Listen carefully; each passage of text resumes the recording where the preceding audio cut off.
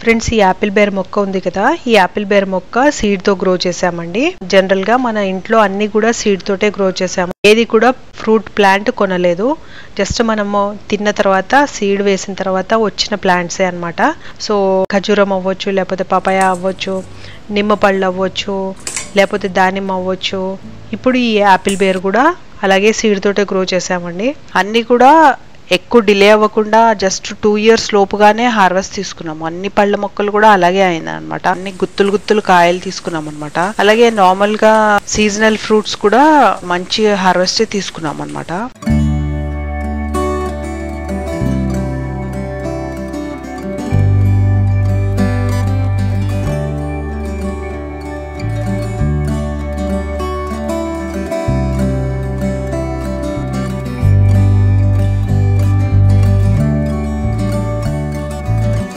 అయితే ఈ Apple bear మొక్క ఉంది కదా, పాట్ వచ్చేసి 9 inches పాట్ అనమాట. కొంచెం పెరిగిన తర్వాత పెద్దగా అవుతున్న కొద్దీ ఏమైందంటే సడన్ గా ఒక కొమ్మకి ఇలాగా బర్డ్స్ క్లాస్ ఇలాగా ఉన్నట్టుగా, లేకపోతే ఏంటో ఇలా సొరంగల్లాగా ఉండేవి అనమాట లాస్ట్ టైము. అయితే నాకేం అర్థం కాలేదు, ఏంటో వెరైటీ, నేను ఎప్పుడు చూడలేదు ఇలాంటివి. అయితే ఆ వీడియో పెడితే చాలా మంది చాలా కమెంట్స్ చేశారు, చాలా సజెషన్స్ కూడా ఇచ్చారు. అవి తొందరగా కట్ చేయమని చెప్పారు.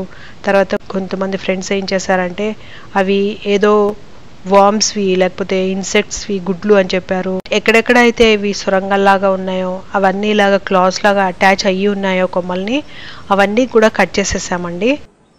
నీమ్ ఆయిల్ స్ప్రే చేశానండి. నీమ్ ఆయిల్ స్ప్రే చేసిన తర్వాత అవి కొంచెం పోయినట్టుగా అనిపించింది. అప్పుడు తర్వాత ఈ సెల్స్ అన్నీ కూడా ఏమి కూడా లేవు.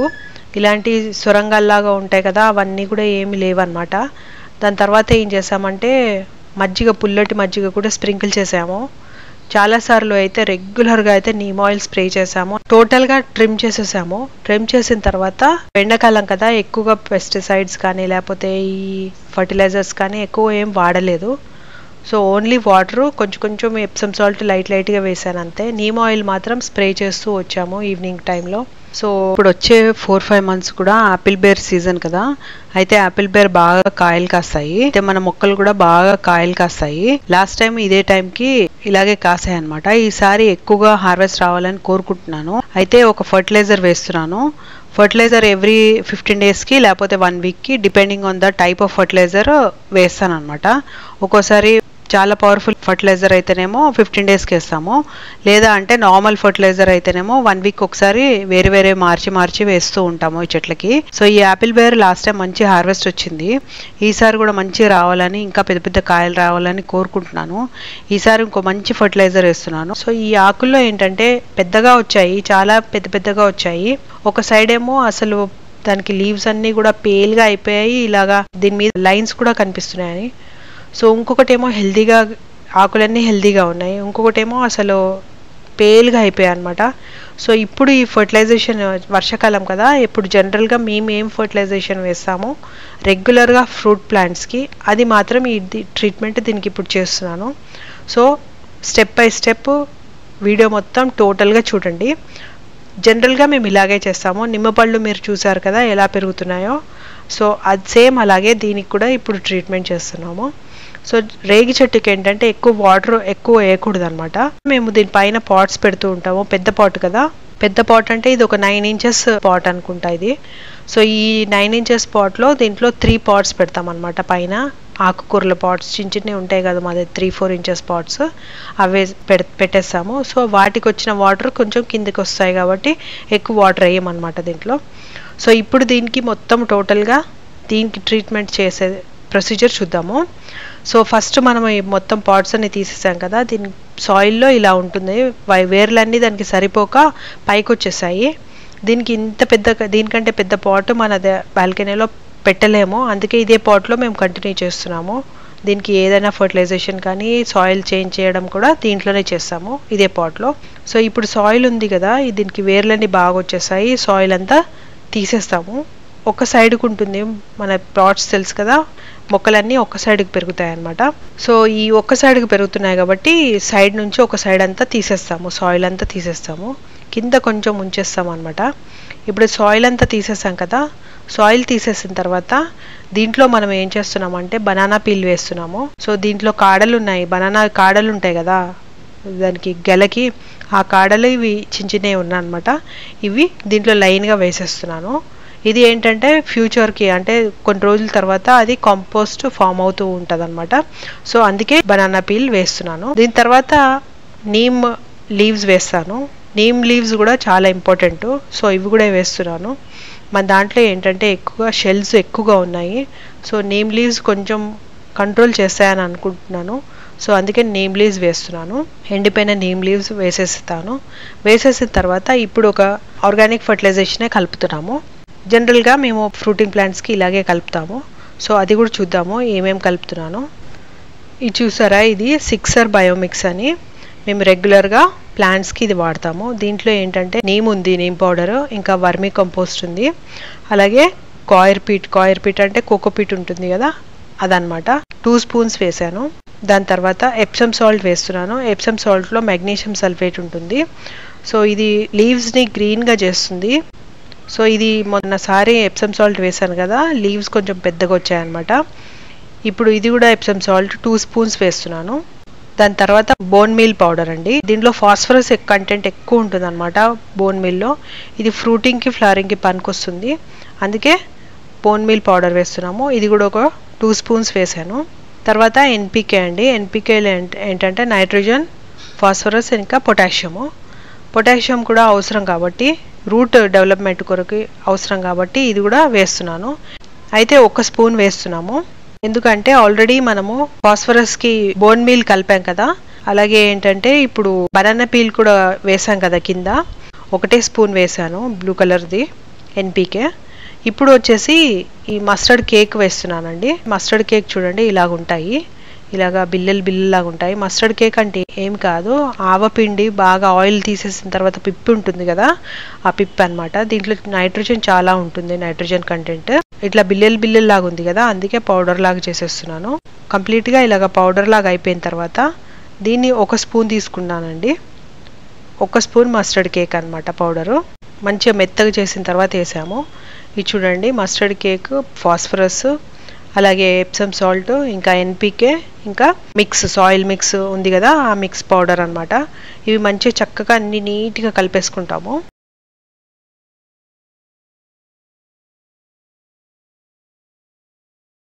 ఇదంతా బాగా మిక్స్ చేసుకున్నాం కదా, పక్కన పెట్టేసుకోవాలి. ఇప్పుడు ఎండిపోయిన ఆవు పేడ ఇంకా కంపోస్ట్ ఈక్వల్ కలిపి పెట్టామన్నమాట. అది దీంట్లో ఒక 6 స్పూన్స్ వేసాము కాంపోస్ట్ ఇంకా కౌడంగ్. ఇప్పుడు ఆ మట్టిలో మనము ఇందాక మిక్స్ చేసుకున్న ఫర్టిలైజర్ 2 స్పూన్సే వేసాము.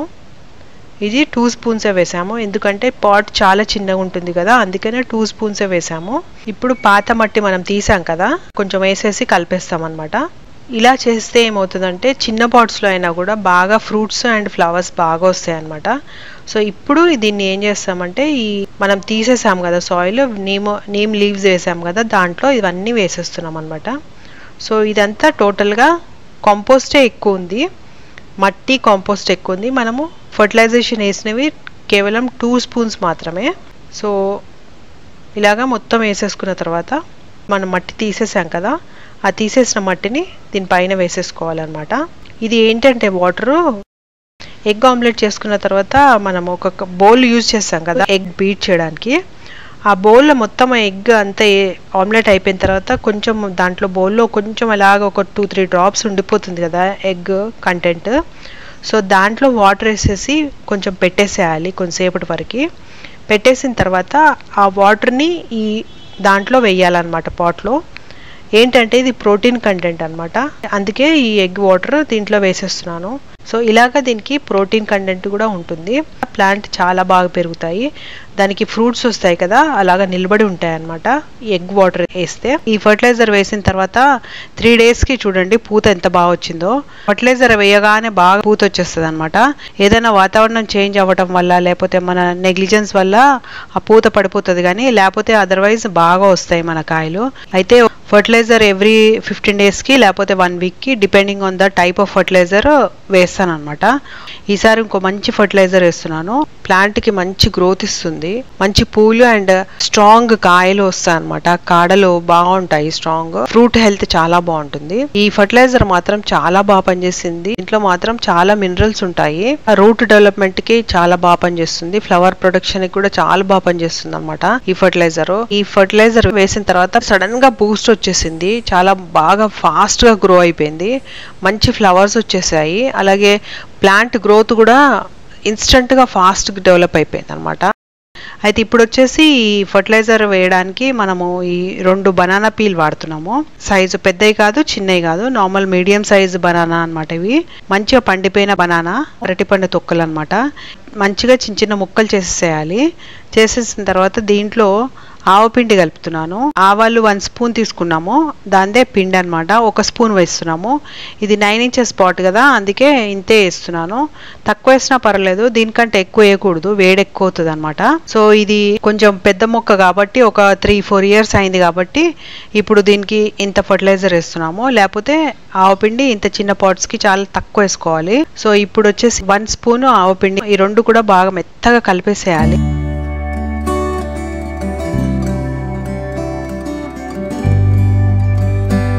సో ఇప్పుడు వరకు మీరు మన ఛానల్ని సబ్స్క్రైబ్ చేసుకోకపోతే సబ్స్క్రైబ్ చేసుకోండి, అలాగే లైక్ చేసి షేర్ చేస్తూ ఉండండి. Welcome to Telugu gardener with arts. అలాగే మీరు నన్ను ఇన్స్టాగ్రామ్ ఇంకా ఫేస్బుక్ లో కూడా ఫాలో అవ్వచ్చు.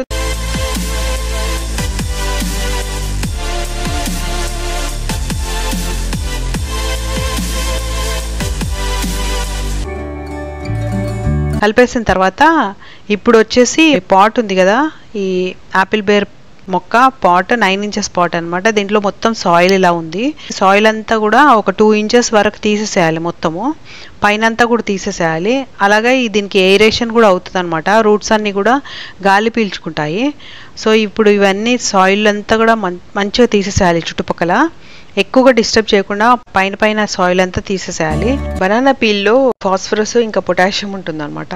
సో నైట్రోజన్ వచ్చేసి మస్టర్డ్ సీడ్స్ పౌడర్ లో ఉంటుంది కాబట్టి మంచి ఎన్పికే ఇదే ఫర్టిలైజర్ లో ఉంటుంది. సో దీనివల్ల మంచి పుష్కలంగా కాయలు వస్తాయి, అలాగే మంచి ఫ్లవర్స్ వస్తాయి, హెల్దీ ఫ్లవర్స్ వస్తాయి. ఫ్లవర్స్ వచ్చినాక కాపు నిలబడుతుంది కూడా ఇలాంటి ఫర్టిలైజర్ వేస్తే. స్టెమ్స్ కాడలు గట్టిగా ఉంటాయి అన్నమాట. వాతావరణంలో ఎంత మార్పు వచ్చినా కూడా కొంచెం తక్కువ ఎఫెక్ట్ ఉంటుంది. హెల్దీ ఫ్లవర్స్ రావడం వల్ల మంచి హార్వెస్ట్ కూడా వస్తుంది అనమాట, మంచి ఫ్రూట్స్ వచ్చి.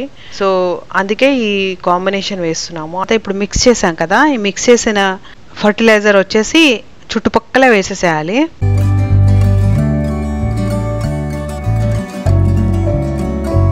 వేసేసిన తర్వాత ఇప్పుడు మళ్ళీ ఆ సాయిల్ని దానిపైన కప్పేసేయాలి, మంచి కప్పేసేయాలి. కప్పకపోతే ఏమవుతుందంటే ఫంగస్ వచ్చేస్తుంది. ఆవపిండి చాలా తొందరగా ఫంగస్ పట్టేస్తుంది, ఆవపిండి ఇంకా అరటిపండు తొక్కలు కూడా చాలా తొందరగా ఫంగస్ పట్టేస్తుంది. సో అందుకే బాగా మంచిగా ఏది కనపడకుండా కప్పేసేయాలి. అందుకే 2-3 ఇంచెస్ సాయిల్ తీయమని చెప్పింది కూడా. పైన అయితే ఫంగస్ పెరిగిపోతుంది, అందుకనే కింద వరకు తీసేసి వేసేయాలన్నమాట. అదే ప్రాసెస్ లో యాపిల్ వేర్ మొక్కకి 2 పనులు అవుతాయి అనమాట. అంటే సాయిల్ పెకిలిచ్చినట్టు అవుతుంది, అలాగే ఫర్టిలైజర్ వేసినట్టు కూడా అవుతుంది అనమాట. సో ఇదంతా మంచిగా కప్పేసి వాటర్ వేసేసేయాలి. మళ్ళీ రోజు మామూలుగా వాటర్ ఎలా వేస్తామో అలాగే వేసేసుకోవచ్చు. సో ఇది వేసిన తర్వాత 3-4 డేస్ కి చూడండి ఎంత బాగా వచ్చాయో పూలు చాలా పుష్కలంగా వచ్చాయి. అలాగే చాలా వెరైటీ ఫర్టిలైజర్స్ వేస్తూ ఉంటాం మనము, న్యాచురల్ ఆర్గానిక్ ఫర్టిలైజర్స్ వేస్తూ ఉంటాం మనము.